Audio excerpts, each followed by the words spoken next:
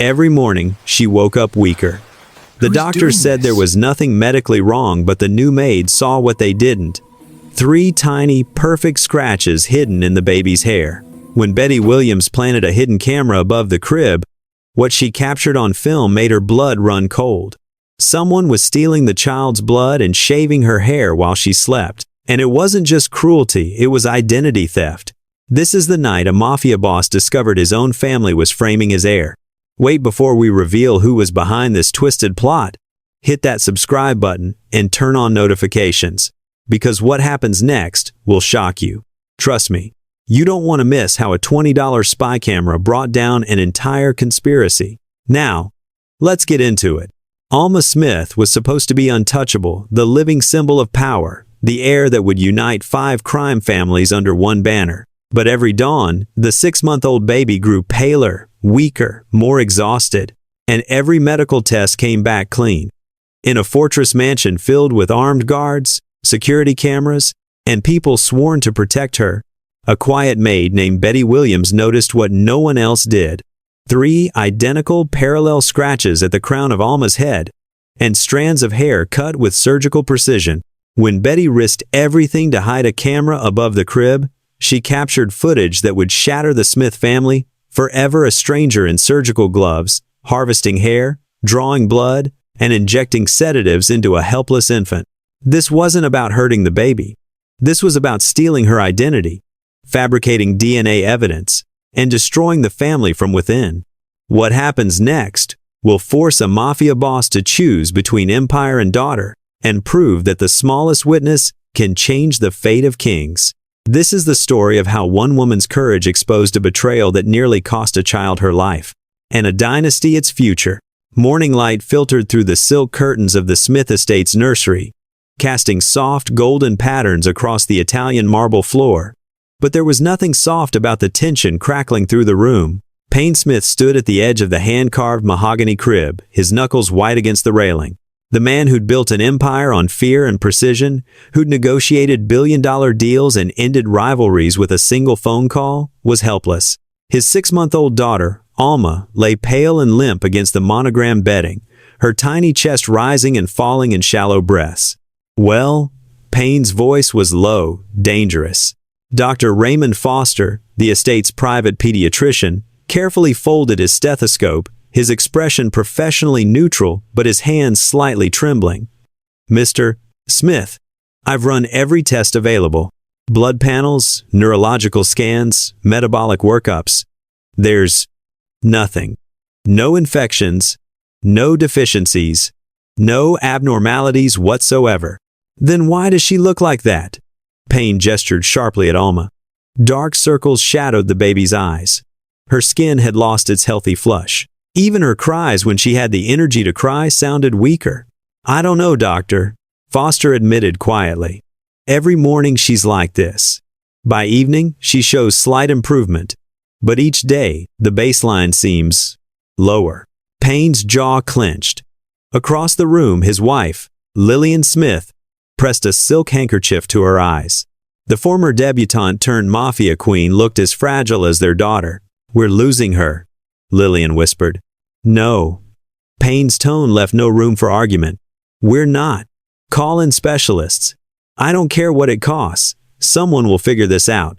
But even as he said it, a cold knot of fear settled in his chest. Alma wasn't just his daughter. She was the cornerstone of the most ambitious power consolidation in underworld history. A peace treaty written in DNA, binding 5 crime families through a single heir. If she died, the alliance died with her, and the bloodshed that would follow. Payne shook his head sharply. That wouldn't happen. He wouldn't allow it.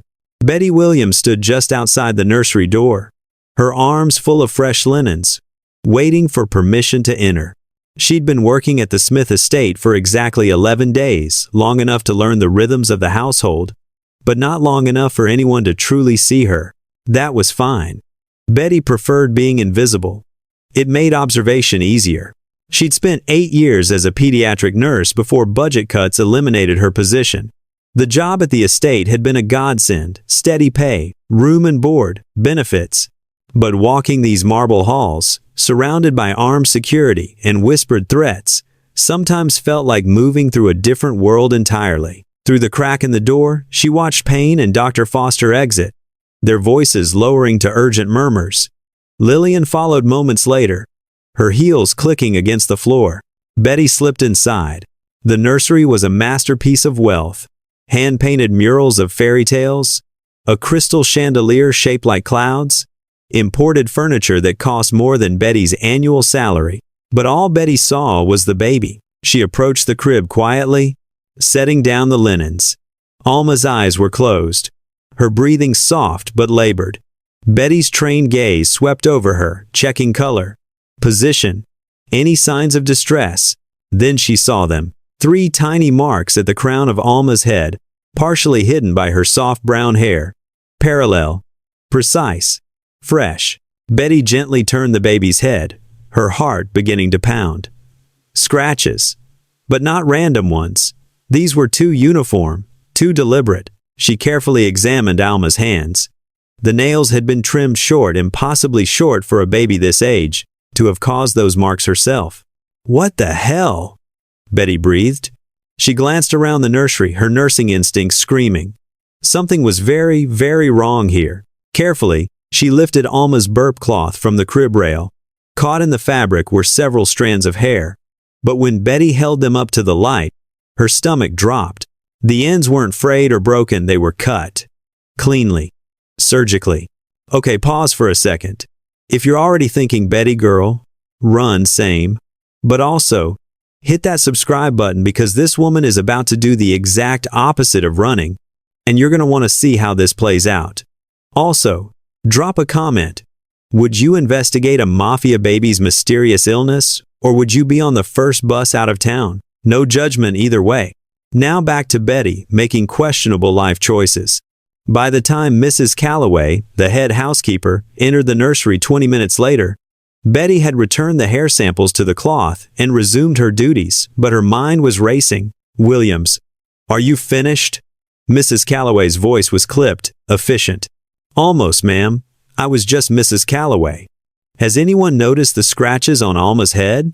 The older woman's expression hardened. "Babies scratch themselves, Williams.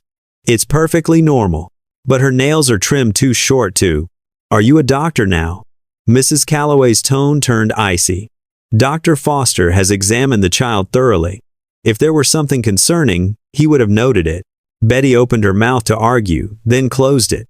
She'd seen that look before, the institutional wall that slammed down when someone questioned authority. "Of course, ma'am. I apologize." "Good. Finish up here and move to the guest wing. We have rooms to prepare." As Mrs. Calloway left, Betty glanced back at the crib. Alma had opened her eyes, pale gray, like her father's, and seemed to be looking directly at her. "I see you, baby girl," Betty whispered, "and I'm going to figure this out." That evening, Betty sat in her small staff quarters, staring at her laptop screen. She'd photographed the scratches with her phone carefully, discreetly, and now she zoomed in on the images. 3 parallel lines, evenly spaced, like someone had deliberately marked the baby. But why? Her nursing training offered possibilities: medical sampling, abuse indicators, dermatological conditions. But none of them fit the pattern perfectly. Then there were the hair strands cleanly cut, not broken. Betty pulled up medical supply websites, researching pediatric blood draws, hair follicle sampling, genetic testing procedures. An unsettling picture began to form. What if someone was testing Alma, collecting samples without authorization? But who? And for what purpose? She knew she should report this. Go to Payne directly, bypass Mrs. Calloway. But Betty had worked in enough hierarchical systems to know how that would go: dismissed as paranoid, accused of overstepping, possibly fired. She needed proof. Something undeniable. Betty pulled up Amazon on her laptop and searched for hidden cameras. 20 minutes later, she'd ordered a small, motion-activated spy camera disguised as a phone charger. 2-day shipping. $19.99. If someone was coming into that nursery at night, she was going to catch them. The camera arrived in a discreet package 2 days later. Betty had volunteered for overnight nursery duty, a shift most staff avoided because of the erratic hours, and Mrs. Calloway had accepted without suspicion. "The Smiths appreciate dedication," the housekeeper had said approvingly. "There may be opportunities for advancement if you continue showing initiative." Betty had smiled and nodded, knowing that advancement was the last thing on her mind. She just wanted to protect a baby who couldn't protect herself. At 11:47 p.m., Betty finished her final check of the nursery. Alma was sleeping fitfully, her breathing still more labored than it should be. The pediatric specialist, Payne, had flown in from Johns Hopkins, had found nothing just like Dr. Foster. One had suggested environmental allergens. Another mentioned developmental adjustment. No one mentioned the scratches. When Betty had pointed them out to Dr. Foster, he glanced at them briefly and noted minor superficial abrasions, likely self-inflicted. No treatment required in his chart. She'd wanted to scream. Instead, she'd planted the camera. The tiny device sat on the shelf above the crib, partially hidden behind a stuffed giraffe. Its lens pointed directly at Alma's sleeping form. Betty had tested it 3 times. The motion activation worked perfectly, recording to a micro SD card with surprising clarity. Now, she just had to wait. She'd set up her monitoring station in the small sitting room adjacent to the nursery, close enough to hear Alma if she cried, but far enough away that she wouldn't interfere with whatever might happen. Betty had brought a thermos of coffee, her worn copy of a Tammy Hoag thriller, and her phone. Every hour, she'd check on Alma, document her condition, and return to her post. The estate settled into its nighttime rhythms. Security patrols every 40 minutes, the distant hum of the climate control system, the occasional creak of expensive wood adjusting to temperature changes. At 1:15 a.m., Betty's eyes were starting to droop when her phone buzzed.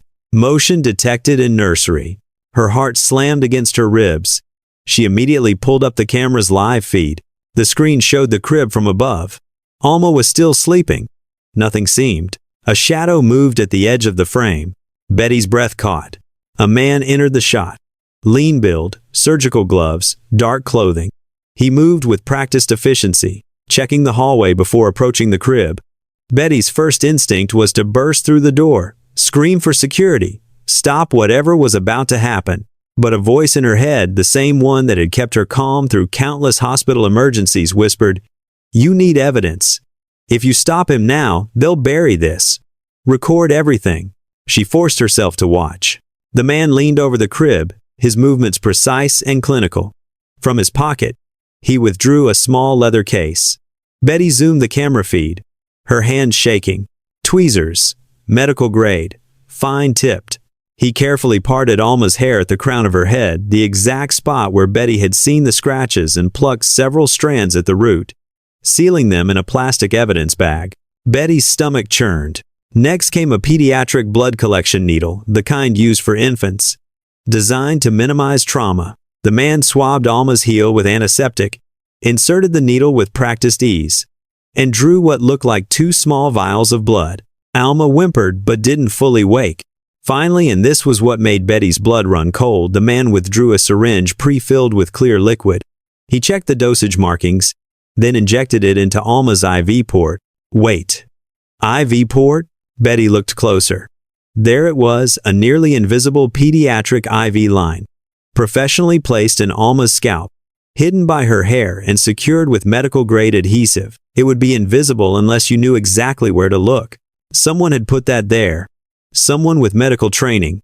And they'd done it so carefully that even Dr. Foster had missed it or chosen not to see it. The sedative, because that's what Betty assumed it was, took effect within seconds.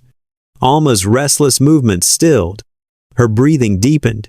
The man gathered his tools, checked the room one final time, and slipped out the way he came. The entire operation had taken less than 4 minutes.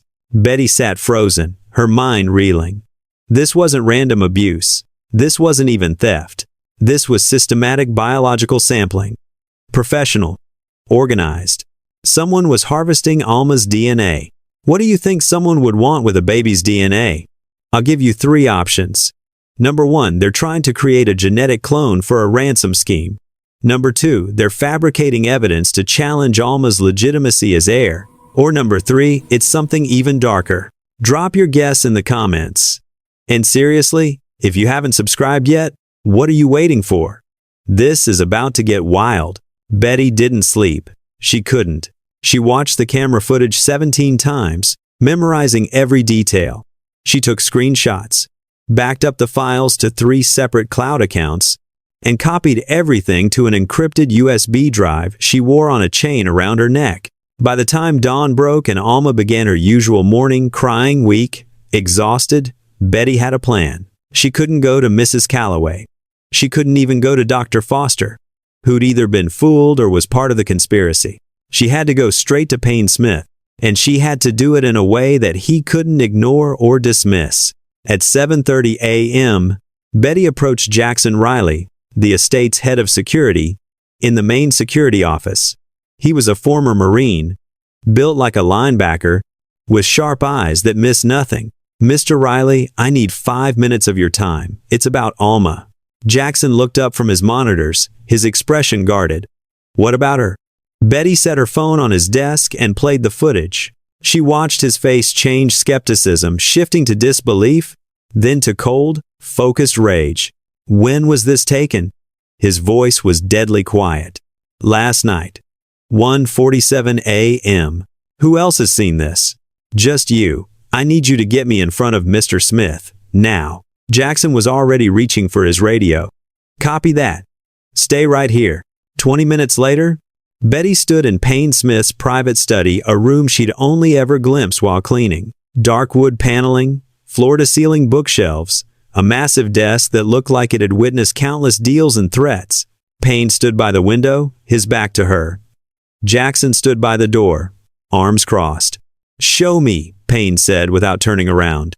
Betty connected her phone to the large monitor on the wall and played the footage. The room was completely silent except for the soft audio from the video, the click of medical tools, Alma's small whimper, the rustle of movement. When it ended, Payne turned. His face was a mask of controlled fury, the kind Betty imagined had preceded very bad outcomes for very unlucky people. "How long have you suspected this?" His voice was conversational, terrifying. 3 days. I noticed scratches and cut hair. I needed proof before I came to you." "You planted this camera without authorization?" "Yes, sir." "Good." Payne's expression shifted slightly, something that might have been approval. "Jackson, lock down the estate. No one in or out. Pull all security footage from the past 2 weeks. I want to know every person who entered that nursery. When and why." "Already on it," Jackson replied, typing rapidly on his tablet. Payne turned back to Betty. "You have a nursing background? 8 years pediatric. County hospital. Can you identify that sedative?" Betty pulled up the screenshots she'd enhanced. "Based on the dosage and effect, likely midazolam or chloral hydrate. Both are used for infant sedation. Small dose, time to wear off by morning so no one would notice lingering effects. The IV port? Professionally placed. Pediatric specialist level. Someone with surgical training." Payne absorbed this, his jaw working. "Who would want my daughter's DNA?" Betty hesitated. This was where things got dangerous. "Mr. Smith, I'm a maid. I don't know your business or your enemies. But if someone's collecting hair follicles and blood samples systematically, the only reason I can think of is they're either planning to clone her, frame her, or fabricate evidence to challenge her legitimacy." The silence that followed was absolute. Then Payne smiled a cold, predatory expression that made Betty's survival instincts scream. "You're smarter than half my lawyers," he said quietly. "Jackson, add Miss Williams to Alma's security detail. Effective immediately. No one touches my daughter without her clearance." "Yes, sir." Payne walked to his desk, pressed a button. "Get me Victor. Tell him it's urgent. Family business." Betty's pulse quickened. Victor Smith, Payne's cousin, second in command, the man who'd been positioning himself for leadership for years. Payne looked at Betty. "You're about to see how we handle threats from within, Miss Williams. I hope you have a strong stomach." The estate lockdown happened so smoothly that most staff didn't realize it was happening. Exterior gates closed. Security doubled. All deliveries were halted.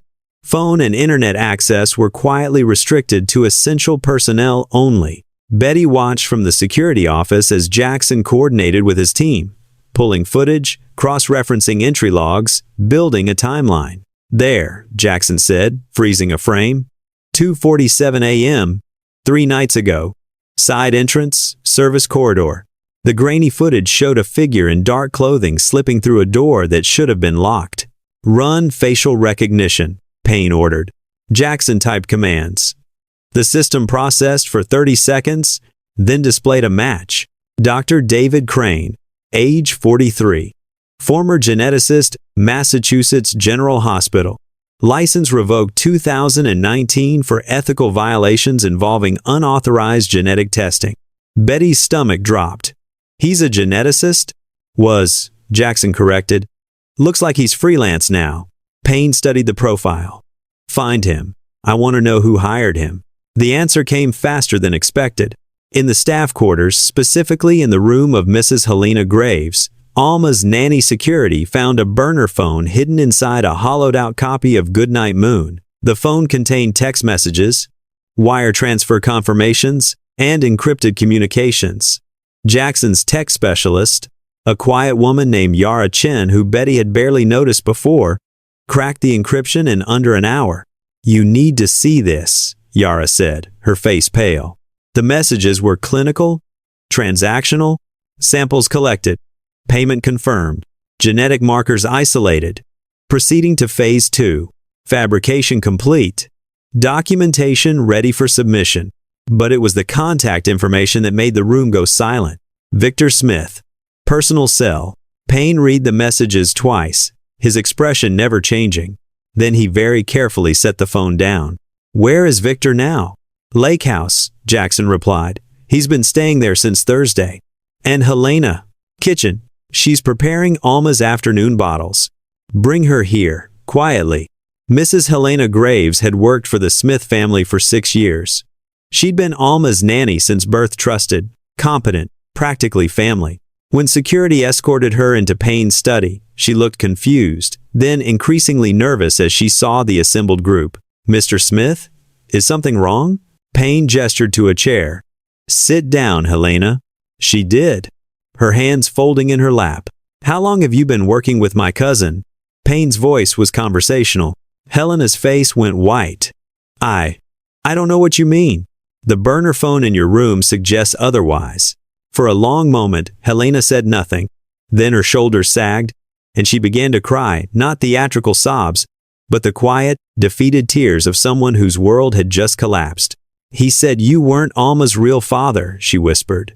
"He said there was evidence, medical evidence, and that I was helping protect the family by assisting with verification testing." Betty felt a chill. "Verification testing?" Helena nodded miserably. "Victor told me Mr. Smith had been unfaithful during Mrs. Lillian's pregnancy, that Alma might not be legitimate. He said the testing was to protect the alliance, that if other families found out, there would be war." "So you let Dr. Crane into the nursery," Payne said flatly. "I thought I was preventing bloodshed," Helena's voice broke.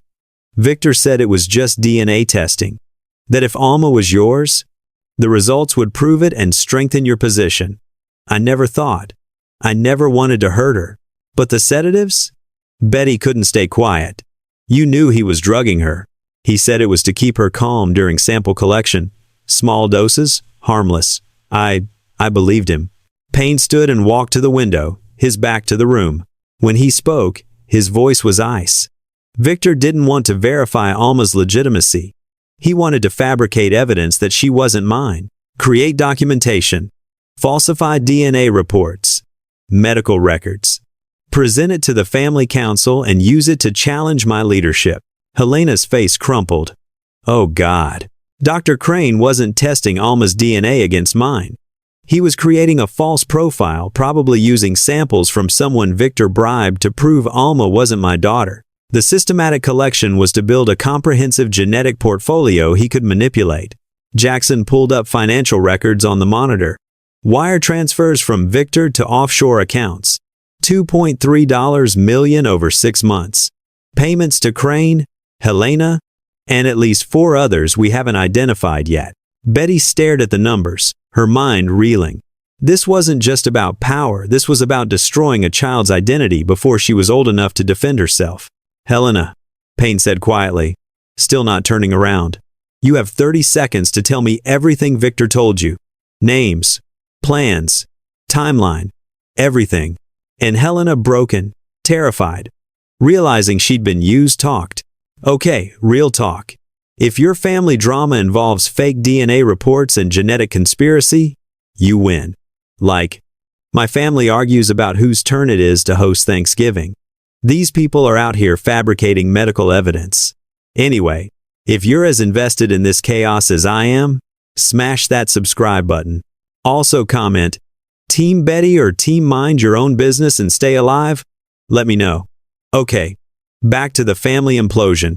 Victor Smith's lake house sat on 40 acres of private waterfront, an hour north of the main estate. It was beautiful, secluded, and as of 3 p.m. that afternoon completely surrounded. Payne hadn't sent a small team. He'd sent 20 armed security personnel, coordinated by Jackson with instructions that were crystal clear. Victor doesn't leave. No exceptions. Betty sat in the surveillance van parked half a mile away, watching the operation unfold on multiple monitors. Payne had insisted she be present, not in the field, but close enough to see how this played out. "Why am I here?" she'd asked. "Because you started this," Payne had replied. "And I don't believe in half measures. You want to protect my daughter? You're going to understand what that protection costs." Now, watching tactical teams move into position around the lake house, Betty was beginning to understand. Inside the van, Yara monitored communications. Perimeter secure. No movement detected inside. Jackson's voice crackled over the radio. "Victor, this is Jackson Riley. We need to talk. Please step outside with your hands visible." Silence. Then, through the external microphones, they heard Victor's voice amplified, coming from the lake house's intercom system. "Payne, I know you're listening. This is a mistake. Let's talk like family." Payne, standing beside Betty in the van, smiled coldly. He keyed the radio. "Family doesn't try to destroy my daughter's future, Victor. Come out. Last chance." Another long pause. Then Victor appeared on the front porch, tall, well-dressed, even in casual clothes, hands raised in a gesture of peace. But Betty noticed his eyes scanning the tree line, calculating. "I can explain everything," Victor called out. "I'm sure you can," Payne replied through the speaker system. "Start with why you paid $2.3 million to fabricate DNA evidence against a 6-month-old baby." Victor's expression flickered just for a second, but enough to confirm guilt. "Helena talked, didn't she?" "That fool." "Payne, you don't understand the political situation. I understand perfectly. You wanted my position. You couldn't challenge me directly, so you decided to undermine Alma's legitimacy. Make it seem like she wasn't mine. Fracture the alliance. Create chaos you could exploit. The alliance is fragile." Victor's composure cracked. "You think the DeLucas trust us? The Romanos? One wrong move and we're at war. I was trying to prevent that, to ensure leadership went to someone the families actually trusted. By framing an infant. By removing a weak point." Victor was shouting now. "Your daughter is a liability, Payne. She makes you vulnerable. She makes all of us vulnerable." Betty felt Payne go very still beside her. "Jackson," Payne said quietly into the radio. "Take him." What happened next occurred so fast that Betty almost missed it. Victor bolted not toward a car, but toward the lake. Security teams converged from 3 directions. Tactical personnel emerged from concealed positions. Victor made it maybe 20 yards before Jackson himself tackled him to the ground. The struggle was brief and brutal. Within 90 seconds, Victor was restrained, cuffed, and being dragged back toward the vehicles. Betty watched him scream threats, promises, justifications, the polished facade completely shattered. "We have a problem," Yara said suddenly, her face focused on a secondary monitor. "Dr. Crane's GPS just pinged. He's heading toward the Canadian border." Payne leaned over her shoulder. "How far?" 2 hours if he maintains current speed. Coordinate with the team in Burlington. I want him stopped before he crosses. On it. 2 hours later, Betty was back at the estate. standing outside the nursery while inside. Dr. Foster, under Jackson's supervision, carefully removed the IV port from Alma's scalp. The baby cried, clearly uncomfortable but not in serious pain. Lillian held her daughter, tears streaming down her face. "She's going to be fine," Dr. Foster said gently. "No infection, no permanent damage. Whoever placed this was, unfortunately, skilled." "How long until we know if there are any long-term effects from the sedatives?" Lillian asked. "I'll monitor her closely, but given the dosages and frequency, I'm cautiously optimistic. She's young, resilient. Children recover from chemical exposure remarkably well." Betty watched from the doorway, relief flooding through her. Alma was already looking more alert, more responsive. Color was returning to her cheeks. Payne appeared beside Betty, silent as a shadow. Dr. Crane was arrested at a border checkpoint. He's being transported back now. Will he cooperate? He will once he understands his options. Payne's tone left no doubt about what those options were. The council meets tomorrow. All 5 families. I'm presenting the evidence publicly. Betty turned to look at him. Is that wise? Showing weakness to the other families? Payne's expression was thoughtful. Showing that I identified and eliminated a threat from within? That's not weakness, Miss Williams. That's strength. Victor wanted to create chaos. Instead, I'm going to show exactly how decisively I handle betrayal. Quick question for you all. If you were in Payne's position, would you exile Victor or go harder? And honestly, do you think the other crime families are going to respect this move or see it as instability? Drop your thoughts below. And if you're not subscribed yet, seriously, we're about to get into a Mafia family council meeting. You don't want to miss this. The council chamber was located in the Romano family's estate in Connecticut neutral ground, historically used for inter-family negotiations. It was a converted ballroom, high ceilings, Renaissance art on the walls, and a massive round table at the center. 5 chairs, 5 families, 5 votes. Betty wasn't supposed to be there, but Payne had insisted, and when the head of the Smith family insisted, protocol bent. "You're the primary witness," he'd explained during the drive. "Your testimony carries weight because you have nothing to gain from this politically. You're not family, not security, not counsel. You're just someone who cared about a child." Now, sitting in a chair against the wall behind Payne, Betty felt the weight of multiple gazes. The room held nearly 30 people, family heads, their advisors, security personnel, and legal counsel. At the table sat 5 people who controlled criminal enterprises worth billions. Don Leonardo Romano, patriarch of the oldest crime family in New York. His lined face impassive, his eyes sharp. Sophia DeLuca, the youngest family head at 38, who'd inherited leadership after her father's assassination and consolidated power with ruthless efficiency. Alexei Kozlov, Russian-born, American-made, controlling Eastern Seaboard logistics and trafficking networks. Kenji Takahashi, representing Pacific trade routes and technology sector infiltration. His manner polite, but his reputation terrifying. And Payne Smith, youngest of the 5, whose meteoric rise had been built on strategic brilliance and calculated violence. Don Romano called the meeting to order. "We're here because Payne has called an emergency session regarding family security." "Payne, the floor is yours." Payne stood, and every eye in the room tracked him. Betty had seen him angry, seen him cold, but this was different. This was performance, politics, and power all wrapped in a 3-piece suit. 6 days ago, Payne began, his voice carrying effortlessly, "My daughter, Alma, began showing signs of physical deterioration. Medical testing revealed nothing, but her symptoms were real and worsening daily." He clicked a remote. The monitors mounted on the walls flickered to life, showing Alma's medical charts, timestamps, test results, doctor's notes. Unknown to me, someone had been systematically harvesting my daughter's DNA. Hair follicles, blood samples, genetic material. Not for medical purposes, for fabrication. A murmur rippled through the room. Sophia DeLuca leaned forward. Fabrication? The goal was to create falsified DNA evidence suggesting Alma wasn't my biological daughter, to undermine her legitimacy as heir and fracture the alliance that her birth represents. The murmurs grew louder. Alexei Kozlov's expression darkened. Who? Payne clicked the remote again. Victor's face appeared on screen ID photo. Financial records. Wire transfers. My cousin, Victor Smith. Working with a disgraced geneticist named David Crane and aided by my daughter's nanny, who believed she was protecting the family. The room erupted. Don Romano slammed his hand on the table. Silence. The noise died immediately.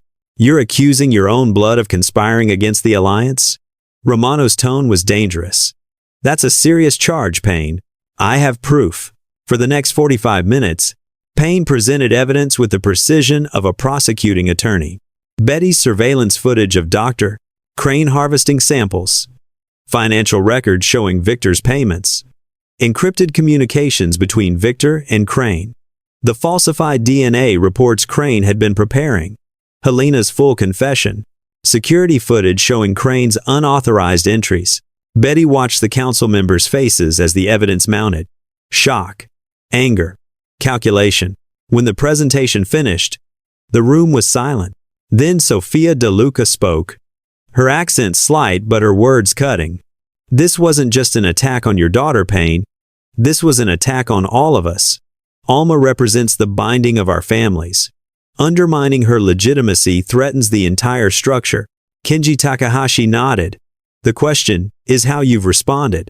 Victor has been arrested and is being held pending this council's judgment, Payne said. Dr. Crane is in custody and cooperating. Helena Graves has been dismissed and is under house arrest. I've already begun implementing enhanced security protocols around Alma. Alexei Kozlov leaned back in his chair, studying Payne. You brought this to the council rather than handling it internally. Why? Because this affects all of us, Payne replied. Victor's plan required creating doubt about Alma's legitimacy among the families. That only works if there's uncertainty, rumor, shadow. I'm eliminating that possibility by presenting the truth and the evidence publicly. There is no doubt. Alma is mine. The alliance stands. Don Romano exchanged glances with the other heads. Some unspoken communication passed between them. The council will deliberate, Romano said. Payne, Victor, and all witnesses will wait outside. Betty stood in the marble hallway, watching security escort Victor into a side room. He looked diminished now, the bravado gone, replaced by the dawning realization of what he'd lost. As he passed, he looked directly at Betty. This is your fault. You couldn't just mind your own business. Before Betty could respond, Payne stepped between them. No, Victor, this is your fault. You gambled on power and lost. Own it. Victor was led away, still muttering threats. Jackson appeared at Payne's shoulder. Dr. Crane gave a full statement, detailed the entire operation. He's willing to testify that the DNA reports were fabricated at Victor's request. Good. That should seal it. Betty's phone buzzed. A text from Lillian, who was back at the estate with Alma. She's laughing. Really laughing. I forgot what that sounded like. Betty showed Payne the message. For just a moment, his expression softened. Thank you, Miss Williams, for seeing what everyone else missed. I just did what anyone should have done, Mr. Smith. No, Payne said quietly. Most people would have looked away. Self-preservation is powerful. You risked your safety, your job, your life to protect someone who couldn't protect herself. That's not common. That's rare. Before Betty could respond, the council chamber doors opened. Don Romano stood in the doorway. Payne. Victor. The council has reached a decision. All right, we're about to find out Victor's fate, and I need you to hit that subscribe button right now because I cannot be the only one sweating over a fictional mafia council meeting. Also, drop a comment with your prediction. Exile, imprisonment, or something way worse? Let me know. And yes, I know this is fiction, but also my heart rate is UP. Okay, let's see what the council decided. The council's ruling was read by Don Romano, his voice formal. Final. The Council of Five has reviewed the evidence presented regarding Victor Smith's conspiracy to undermine the alliance through fabricated genetic evidence targeting Alma Smith, heir to the Smith family and symbol of our unified accord. The council finds Victor Smith guilty of conspiracy to commit fraud, endangerment of a minor, attempted undermining of the five-family alliance, betrayal of family trust. The sentence is as follows: immediate exile from all family territories, complete divestment of all business holdings and assets, permanent removal from all family councils and decision-making bodies. Should Victor Smith attempt to return or contact any member of the five families, the penalty will be death. This ruling is unanimous and effective immediately. Victor's face went gray. You can't, this is exile? You're throwing me out with nothing? Sofia De Luca's voice was ice. You attempted to destroy a child to seize power. You're lucky we're letting you live. Payne. Victor turned desperately to his cousin. We're blood. Family. Payne's expression didn't change. Family doesn't weaponize infants. You made your choice. Live with it. Security moved in. Victor was escorted out, his protests echoing down the marble hallways until distance and doors silenced them. Don Romano turned to Payne. Your handling of this situation has been noted. Swift, transparent, decisive. The alliance stands stronger because of it. The other heads nodded agreement. Kenji Takahashi added, the enhanced security protocols you mentioned, we'd like details. If Victor could orchestrate this, others might try similar attacks on our heirs. I'll have my security chief prepare a comprehensive brief, Payne replied. We'll share everything. As the meeting dissolved and families began departing with their entourages, Alexei Kozlov approached Payne privately. The maid, he said quietly, the one who discovered this. She is very valuable, yes? Extremely. Perhaps not a maid anymore, I think. Alexei smiled slightly. My wife is pregnant. Due in March. I would pay very well for someone with such instincts. Payne's expression was neutral, but his eyes sharpened. Miss Williams is staying with my family, Alexei, but I appreciate the compliment. Of course, smart man. Alexei nodded and departed. The drive back to the estate was quiet. Betty sat in the back of the armored SUV, processing everything she'd witnessed. Jackson, driving, broke the silence. You okay back there? I think so. That was intense. That was politics, Payne corrected. The actual violence would have been much worse. But this was about power, perception, control. Victor's exile sends a message to anyone else considering betrayal. What happens to him now? We'll relocate him to South America with enough money to survive but not thrive. He'll be monitored. If he causes problems, the monitoring stops and nature takes its course. Betty absorbed this. And Dr. Crane? Federal custody. He'll testify against Victor if needed, then disappear into witness protection.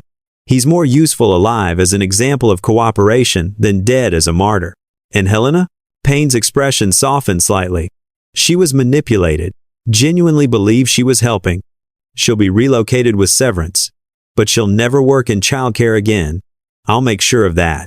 When they arrived at the estate, Lillian was waiting on the front steps, Alma in her arms. The baby looked transformed, alert, active, reaching for things with chubby hands. Betty felt her throat tighten. This is what she'd been fighting for. Not politics or power. Just this, a healthy baby who deserved to grow up safe. Payne walked to his wife and daughter, and for a moment, the feared mafia boss disappeared. Replaced by just a father relieved his child was okay. Thank you, Lillian said to Betty, her eyes glistening. I don't know how to express. You don't have to, Betty said gently. I'm just glad she's okay. Later that evening, Betty was called to Payne's study. She'd been expecting this. The conversation about her future, her role, what came next. Payne sat behind his massive desk, a folder open in front of him. Miss Williams, I've been reviewing your file. 8 years pediatric nursing, impeccable record, laid off due to budget cuts. Before that, undergraduate degree in criminal justice that you never used. Betty blinked. You did a deep background check? I do deep background checks on everyone who works for me. I just paid attention to yours this time. He closed the folder. I'm creating a new position, Director of Family Security, specifically focused on Alma and any future children. It's not a maid position. It's not even security in the traditional sense. It's specialized protection. Mr. Smith, I'm not qualified. You identified a threat that doctors, security personnel, and family members all missed. You gathered evidence, built a case, and brought it directly to me despite the risk. That's exactly the qualification I need." He named a salary that made Betty's eyes widen. Plus, full benefits, housing, security clearance, and direct reporting to me. No intermediaries. Betty sat down without being invited, her mind reeling. "You're serious." "Completely. I need someone who sees Alma as a child first, and an alliance symbol second. Someone whose loyalty is to her well-being, not family politics." He paused. "Someone like you. What if I say no?" Payne smiled slightly. "Then I'll give you an excellent reference and severance package, and you're free to leave. But I hope you don't. Because I trust you with my daughter's life, Miss Williams." That's not something I say often. Betty thought about Alma's laugh in the text message, about the baby's gray eyes looking at her with trust, about the fact that she'd stumbled into this position by accident, but had found something she was genuinely good at: protecting those who couldn't protect themselves. "I accept," she said, "on one condition, which is, you call me Betty. Miss Williams makes me feel like I'm in trouble." Payne actually laughed. "Deal." 3 weeks later, the estate had transformed.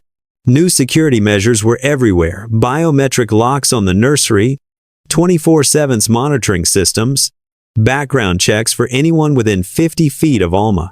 Betty's new role had come with an office adjacent to the nursery, a security team that reported to her, and access to resources she'd never imagined having. She'd also discovered she had a talent for this: seeing patterns, identifying risks, thinking 3 steps ahead. Payne had sent her to a week-long intensive security training course where she'd learned everything from threat assessment to defensive tactics. "You're a natural," the instructor had told her. "Ever consider government work?" Betty had laughed. "I think I'm exactly where I need to be." Alma was thriving. Her pediatric follow-up showed no lasting effects from the sedatives. She'd gained weight, hit developmental milestones, and had developed a clear preference for Betty reaching for her when upset, calming at her voice. "She knows you saved her," Lillian had said one afternoon, watching Alma grab Betty's finger. "Babies sense that kind of thing." Betty didn't know if that was true, but she chose to believe it. Dr. Foster had been quietly replaced, not fired, but reassigned to a research position in California. The new pediatrician, Dr. Amelia Park, was thorough, skeptical, and had been personally vetted by Betty. "Any concerns, you call me immediately," Betty had told her. "I don't care if it's 3 a.m. or if you think it's nothing. I want to know." Dr. Park had nodded seriously. "Understood. We're on the same team here." Helena Graves had been relocated to Oregon with a severance package and strict instructions never to contact the family. Betty had spoken to her once before she left: a brief, painful conversation in which Helena had apologized repeatedly. "I thought I was doing the right thing," Helena had whispered. "I thought Victor was protecting the family." "He exploited your loyalty," Betty had replied. "That's on him, not you. But you still let someone hurt a baby. You have to live with that." Helena had nodded, tears streaming down her face, and left without another word. Victor's exile had been carried out with clinical efficiency. Last Betty heard, he was in Argentina, living in a modest apartment, working as a consultant for a mid-level import-export company. The man who'd once commanded millions now lived on a stipend and constant surveillance. Payne had shown her the surveillance photos once Victor looking older, diminished, ordinary. "This is what happens when you choose ambition over family," Payne had said quietly. "Remember that, Betty. Power without loyalty is just waiting to collapse." The most unexpected development had been Betty's integration into the family itself. Lillian had started inviting her to family dinners not as staff, but as a guest. It had been awkward at first, but Alma's clear preference for Betty had smoothed things over. "Besides," Lillian had said, "you protected my daughter when I couldn't see what was happening. That makes you family, whether you want to be or not." Betty had discovered she did want to be. Quick question. Would you accept a job protecting a mafia baby? Or would that be a hard pass? And honestly, would you trust Payne after everything that happened? Or would you always be looking over your shoulder? Drop your thoughts below. And if you're still watching and haven't subscribed, What are you even doing? Hit that button. We're almost at the end, and you've come this far. 6 months after the council meeting, Betty stood in Alma's nursery, now more like a command center than a baby's room. Monitors showed different camera angles. Secure communication systems connected directly to Jackson's team. Biometric locks required fingerprint and retinal scans. But it was still warm, still decorated with soft colors and age-appropriate toys. Still a place where a baby could grow up feeling safe. Alma, now a year old, was taking her first steps wobbly, determined, laughing when she fell. "Come on, sweetheart," Betty encouraged, kneeling with arms outstretched. "You can do it." Alma toddled forward 3 steps before collapsing into Betty's arms. Giggling, Payne appeared in the doorway, watching. "She's getting strong." "She is," Betty agreed, lifting Alma up. "No, thanks to Victor." "No, thanks to you." Payne entered the room, and Alma immediately reached for him. He took her and she grabbed his tie, her new favorite toy. "I got the threat assessment you sent this morning. Very thorough. The DeLuca's new nanny has a gap in her employment history that bothers me. Could be nothing, but we don't assume nothing anymore." Payne nodded. "I'll have Jackson look into it. Pass your concerns to Sophia's team." This had become their routine, constant vigilance, information sharing, never assuming safety. The 5 families had actually grown closer after Victor's betrayal. The transparency had built trust. They now shared security protocols, vetted each other's staff, and coordinated protection for all the Alliance children. Alma wasn't just the Smith heir anymore, she was the first of 5 children born into the Alliance, all around the same age, all representing the same fragile piece. Lillian entered with Dr. Park. Time for Alma's checkup. Betty stepped back, letting the doctor work. She watched from her usual position, close enough to intervene, far enough to give space. Dr. Park went through the standard exam, then smiled. "She's perfect. Healthy, hitting all milestones, no concerns whatsoever." "Thank you, doctor," Lillian said, relieved. Even now, months later, every checkup carried tension. As Dr. Park left, Lillian turned to Betty. "I'm hosting lunch for the Alliance families next month. All the mothers, all the heirs. It's going to be a lot." "I'll coordinate with the other security teams," Betty replied. "We'll make it work." "I know you will," Lillian smiled. "You always do." Later that evening, Betty stood on the estate's terrace, watching the sunset paint the sky in oranges and purples. Jackson joined her, holding 2 cups of coffee. "Thought you could use this," he said, handing her one. "Thanks." Betty sipped gratefully. "How's the DeLuca nanny investigation going?" "Clean so far, but we're still digging. You were right to flag it." He paused. "You know, when Payne first said he was promoting a maid to director-level security, I thought he'd lost his mind. And now? Now I think it was the smartest decision he's ever made. You see things differently. That's valuable." Betty smiled. "Coming from you? That means a lot." They stood in comfortable silence, watching the estate's lights begin to glow against the darkening sky. "Do you ever think about what would have happened if you hadn't noticed those scratches?" Jackson asked quietly. Betty had thought about it. A lot. Alma would have gotten sicker. Eventually, Victor would have presented his falsified evidence. The Alliance would have fractured. There would have been war. She paused. A lot of people would have died, all because no one was paying attention to a baby's hair. But you were paying attention. Someone had to. Inside, Betty could hear Alma's laughter drifting through the open doors. Payne was playing with her, making exaggerated faces that sent the baby into delighted giggles. This was what Betty had saved. Not just a life, but a future. Not just a baby, but a symbol of peace that might actually hold. She'd gone from invisible maid to the person trusted with protecting the most important child in 5 criminal families. It was terrifying and exhilarating, and sometimes kept her awake at night wondering if she was truly qualified. But then she'd remember Alma's trust, Lillian's gratitude, Payne's respect, the other families reaching out for her advice on their own security. She'd found her place, not by climbing ladders or networking, but by doing what was right when everyone else looked away. And that's how a $20 spy camera and one very observant woman saved a baby, stopped a conspiracy, and restructured an entire criminal empire. If you made it this far without subscribing, I don't even know what to say to you. Hit that subscribe button, turn on notifications, and drop a comment telling me what you thought of Betty's journey. Also, should we do more mafia romance stories? Let me know. I'll see you in the next one. And until then, stay suspicious of anyone who dismisses your concerns about a baby's mysterious scratches. Bye. Betty Williams' phone buzzed. A message from Sophia DeLuca.